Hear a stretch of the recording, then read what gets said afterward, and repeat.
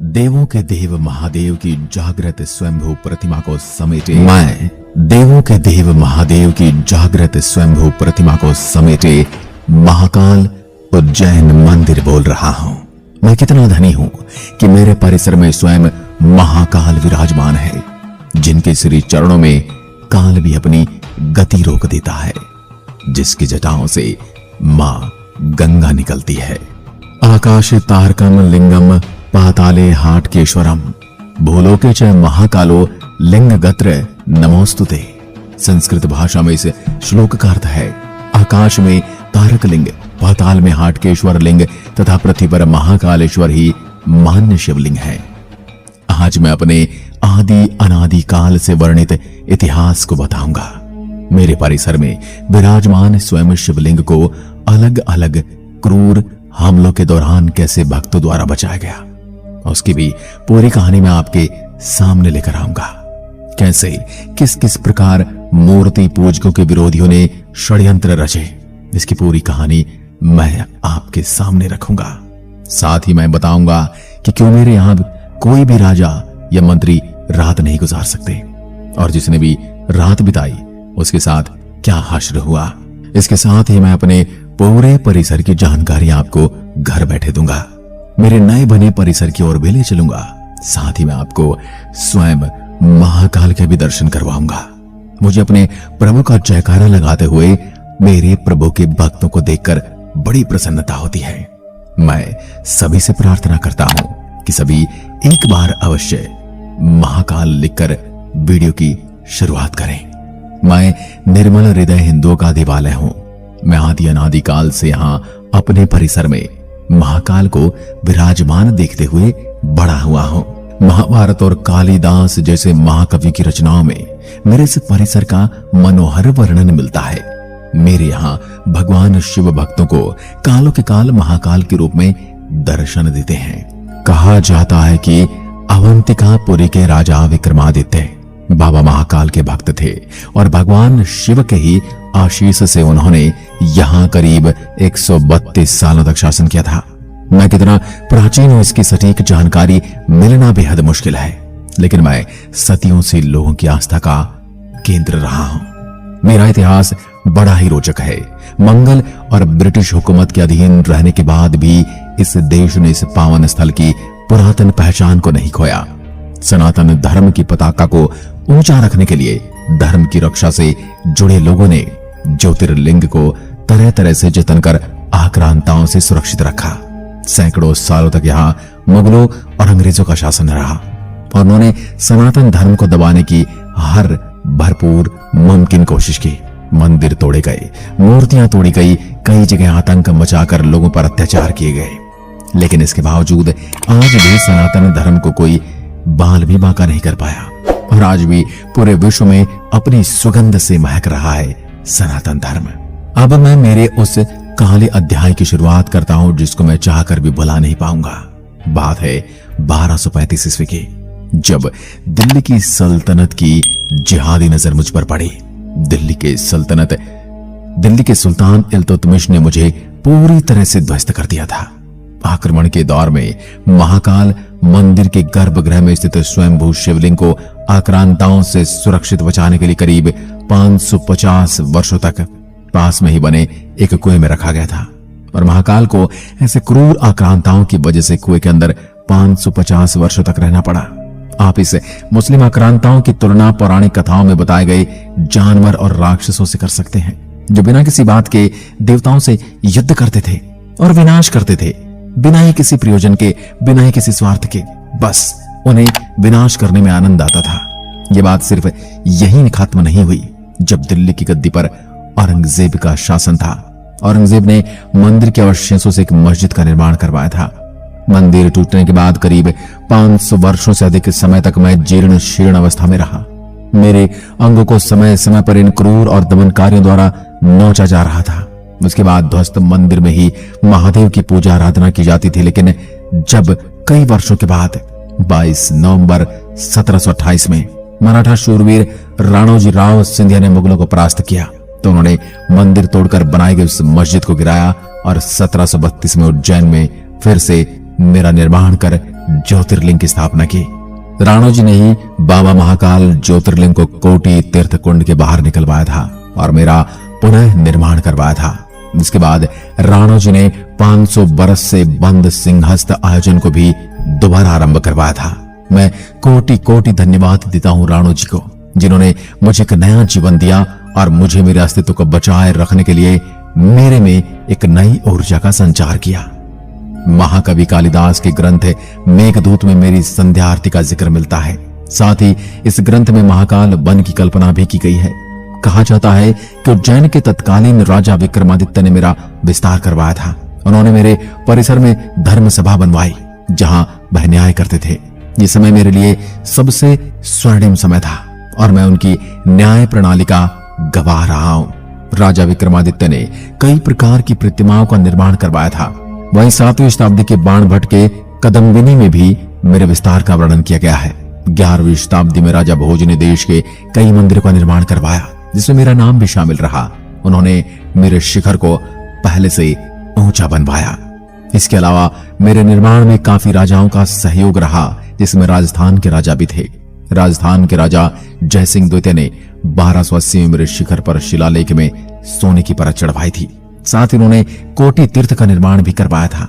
वहीं 1300 ईस्वी में रणथंबोर के राजा हमीर शिप्रा नदी में स्नान के बाद बाबा महाकाल के दर्शन करने पहुंचे थे। उन्होंने मेरी जीर्ण शीर्ण अवस्था देखकर मेरा विस्तार करवाया।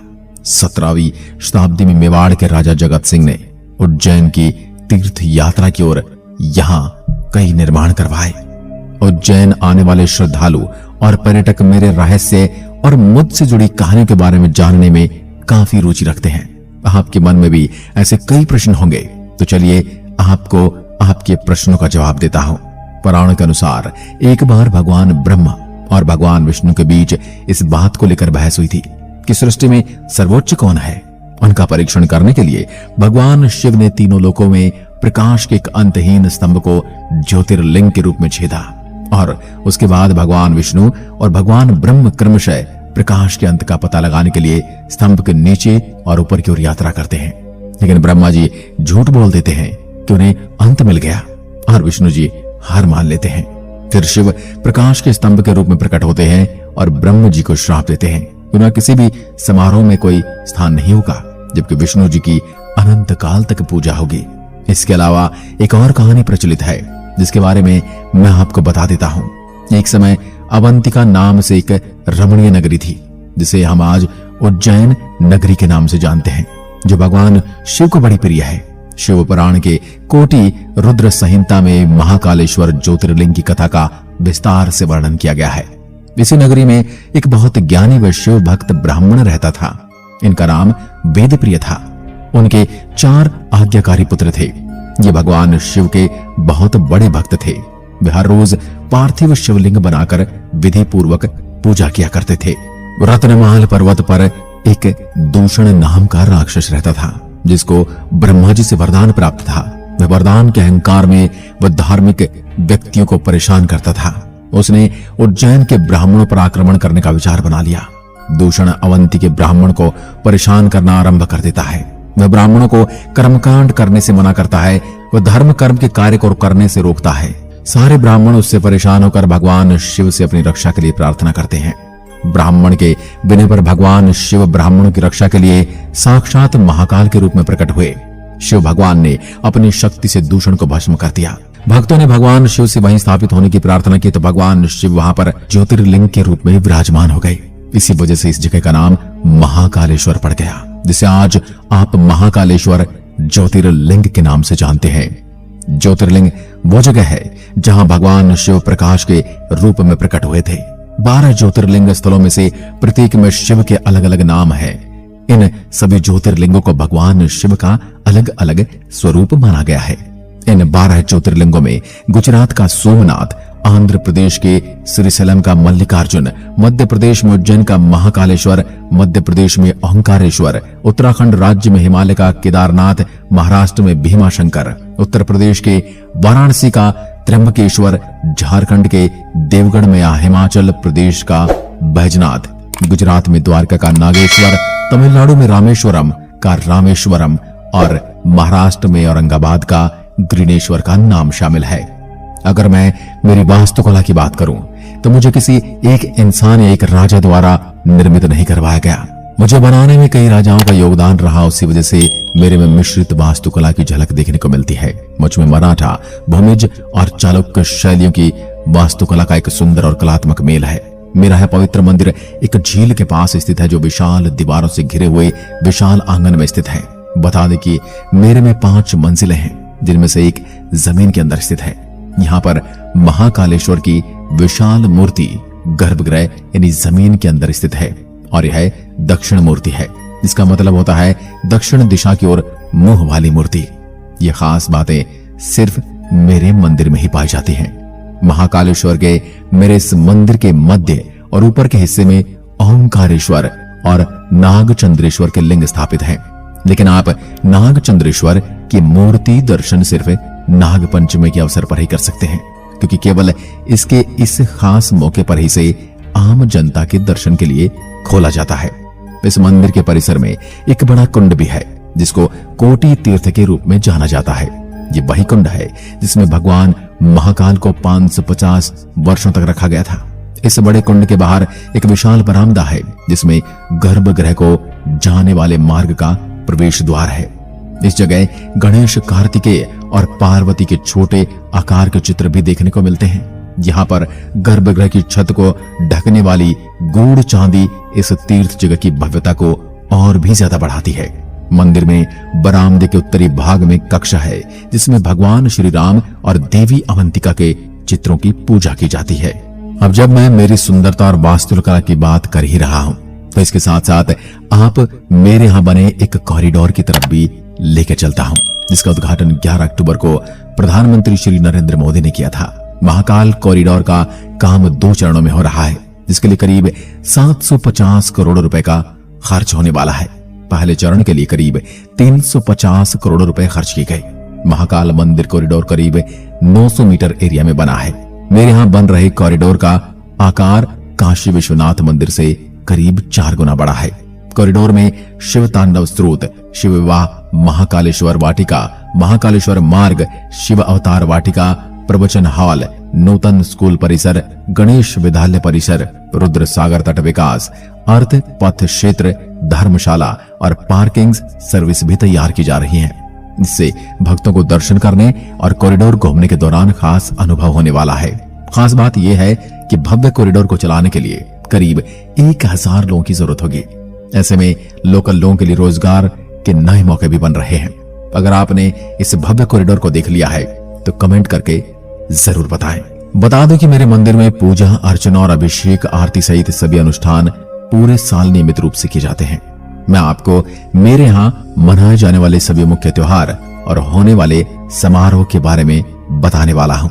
सबसे पहले आपको बताता हूँ कि मेरे यहाँ निकलने वाली नित्य यात्रा के बारे में। नित्य यात्रा में शामिल होने वाले सभी भक्त यहाँ की पवित्र नदी शिप्रा में स्नान करते हैं। इसके बाद इस यात्रा में नागचंद्रेश्वर, कोटेश्वर, महाकालेश्वर, देवी अवंतिका, देवी हरसिद्धि और अग्रसेन भाड़ा के दर्शन किए जाते हैं। ये बहुत ही भव्य होती है और मेरे मन को प्रफुल्लित करने वाली चीजों में से एक है। अब बात करते हैं महाकाल यात्रा के बारे में। इस यात्रा की शुरुआत रुद्र सागर से होती है। रुद्र सागर में स्नान के बाद भक्त देवों के दर्शन कर सकते हैं। साथ ही महीने के हर सोमवार उज्जैन की सड़कों पर पवित्र सवारी जुलूस को कुछ विशेष समय पर निकाला जाता है। भाद्रपद के अंधेरे पखवाड़े में यह सवारी लाखों लोगों को आकर्षित करती है। इस यात्रा को बड़ी ही धूमधाम के साथ निकाला जाता है। विजयदशमी उत्सव के दौरान यह जुलूस काफी रोमांचक और हृदय को भाने वाला होता है। मेरे यहाँ रोजाना होने वाली भस्म आरती सबसे खास होती है। यह आरती सुबह होने से पहले होती है और भगवान शिव को जगाने के लिए की जाती है। इस धार्मिक अनुष्ठान के दौरान भगवान की पूजा घाटों से लाई गई पवित्र राख से की जाती है। आरती का आयोजन करने से पहले राख को लिंगम पर लगाया जाता है। प्राचीन समय में शमशान की भस्म से ही श्रृंगार किया जाता था, लेकिन अब कपिला गाय के गोबर, शमी, पीपल के पत्ते, बड़, पलाश, बेर की लकड़ी, अमलतास आदि को जलाकर भस्म तैयार की जाती है, जिसको शास्त्रों में भस्म के समान ही महत्व दिया गया है। रोज सुबह भोर से पहले सुबह 4 बजे आरती की जाती है और विधिवत तरीके से मंत्र के उच्चारण के द्वारा भस्म चढ़ाई जाती है। आरती में शामिल होने वाले लोगों की खुशी और उल्लास की सबसे बड़ी वजह यह होती है कि यह आरती मेरे यहाँ की जाती है। इस आरती में शामिल होने के टिकट ऑनलाइन उपलब्ध हैं और इसके लिए आपको एक दिन पहले आवेदन करना होगा। आवेदन केवल 12:30 बजे तक स्वीकार किए जाते हैं, जिसके बाद शाम 7 बजे सूची घोषित की जाती है।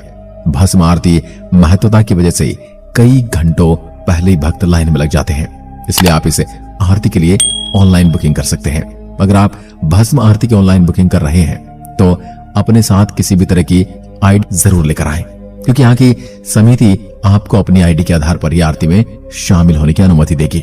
महाकालेश्वर ज्योतिर्लिंग से एक बहुत ही रहस्यमय और रोचक तथ्य यह है कि ऐसा माना जाता है कि मेरे आसपास और उज्जैन नगरी में कोई भी राजा या मंत्री रात नहीं गुजार सकता, और यदि कोई ऐसा करता है तो उसे इसकी भारी कीमत व दंड भुगतना पड़ता है, क्योंकि यहाँ के राजा महाकाल स्वयं है। जिस क्षण से महाकाल उज्जैन में विराजित हुए हैं उस क्षण से आज तक उज्जैन का कोई और राजा नहीं है। उज्जैन के केवल एक ही शासक हैं और वो है प्रभु महाकाल।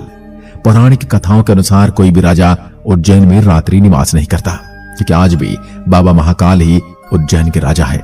यदि कोई भी राजा या मंत्री यहाँ रात में ठहरता है तो उसे इसकी सजा भुगतनी पड़ती है, या तो उसकी मृत्यु हो जाती है या फिर उसकी सल्तनत ही ध्वस्त हो जाती है। इस धारणा को सही ठहराते हुए कई ज्वलंत उदाहरण उज्जैन के इतिहास में दर्ज हैं। देश के चौथे प्रधानमंत्री मोरारजी देसाई महाकालेश्वर मंदिर में दर्शन के बाद उज्जैन में मात्र एक रात रुके थे। अगले दिन मोरारजी देसाई की सरकार ध्वस्त हो गई। उज्जैन में एक रात रुकने के बाद कर्नाटक के सीएम YS येदुरप्पा को 20 दिनों के भीतर इस्तीफा देना पड़ा। राजा विक्रमादित्य के बाद उज्जैन के किसी भी मानव राजा ने कभी भी उज्जैन शहर में रात नहीं बिताई है, और जिन्होंने ऐसा किया उनमें से कई राजा आप बीती कहने के लिए जीवित नहीं रहे। इसके बाद से कोई भी राजा या मंत्री यहाँ पर रात नहीं गुजारता है। हर 12 वर्ष के बाद पड़ने वाला कुंभ मेला मेरे यहाँ का सबसे बड़ा मेला है, जिसमें देश विदेश के कई साधु संत आते हैं और बहुत ही ज्यादा तादाद में श्रद्धालुओं का जमावड़ा लगता है। मेरे मंदिर के बारे में और महाकाल के बारे में मैंने इतना सब बताया है। अब उम्मीद करता हूँ आप मुझसे मिलने बहुत ही जल्दी आने वाले हैं। अगर आप मेरे यहाँ आ रहे हैं तो इसके लिए भी आपको पूरी जानकारी देता हूँ। बता दूं कि उज्जैन भारत के सभी प्रमुख शहरों से जुड़ा हुआ है, इसलिए आपको यहाँ तक आने के लिए देश के सभी बड़े शहर दिल्ली, मुंबई या कोलकाता से साधन मिल जाएंगे। अगर आप हवाई जहाज से आना चाहते हैं तो इंदौर में महारानी अहिल्याबाई होलकर एयरपोर्ट उज्जैन का सबसे निकटतम हवाई अड्डा है। इंदौर के लिए आपको देश के सभी बड़े शहर मुंबई, कोलकाता, दिल्ली, भोपाल और अहमदाबाद से फ्लाइट मिल जाएगी। यहाँ पहुंचने के बाद आपको उज्जैन तक जाने के लिए कोई भी टैक्सी, बस या कैब मिल जाएगी। महारानी अहिल्याबाई होलकर से महाकालेश्वर की दूरी 56 किलोमीटर है, जिसमें आपको 1 घंटा 20 मिनट का समय लगेगा। अगर आप ट्रेन या बस से यात्रा करना चाहते हैं तो शहर में उज्जैन सिटी जंक्शन, विक्रम नगर और चिंतामन यानी मीटर गेज मुख्य रूप से 3 प्रमुख रेलवे स्टेशन हैं। यहाँ ट्रेन नियमित जाती है और भारत का महत्वपूर्ण शहरों से उज्जैन को जोड़ती है। अब यहाँ आने के बाद मैं आपको ठहरने के लिए सबसे उपयुक्त जगह के बारे में बता देता हूँ। अगर आप मंदिर में रुकना चाहते हैं तो बता दें कि श्री महाकाल धर्मशाला और पंडित श्री सूर्य नारायण व्यास धर्मशाला दोनों एसी और गैर एसी कमरे उपलब्ध कराते हैं। इन जगह पर आप आसानी से मंदिर की आधिकारिक वेबसाइट की मदद से ऑनलाइन बुकिंग कर सकते हैं। अगर आप दूसरे अन्य होटल में रहना चाहते हैं तो उज्जैन शहर में कई प्रकार के अच्छे होटल भी हैं, सुलभ और सस्ते हैं। आपके लिए यहाँ जाने का सबसे अच्छा समय अक्टूबर से मार्च के महीने का होता है। यह समय सर्दियों और बसंत का रहता है, इसलिए इससे अच्छा समय महाकालेश्वर आने का और कोई हो ही नहीं सकता। अप्रैल से लेकर जून तक यहाँ आने से बचें, क्योंकि इन महीनों में यहाँ अत्यंत गर्मी पड़ती है। दोस्तों, मुझे कितनी बार तोड़ा गया है। इतना ही नहीं, मेरे महाकाल को इन मुगल आक्रांताओं की वजह से सैकड़ों सालों तक कुएं में रहना पड़ा। इतना सब होने के बाद भी मैं आज भी उसी शान से खड़ा आपकी राह देख रहा हूँ, और यह सब हो सका है मेरे हिंदू राजाओं की वजह से, जिन्होंने मुझे आज तक जीवित रखा है। और बचा हुआ काम वर्तमान सरकार कर रही है, जिससे मेरा नया कॉरिडोर बन रहा है। उम्मीद है आप भी यहाँ आओगे और महाकाल का आशीर्वाद लेकर मेरे दर्द भरे इतिहास के बारे में जानने की इच्छा रखोगे। मुझे आपका इंतजार रहेगा।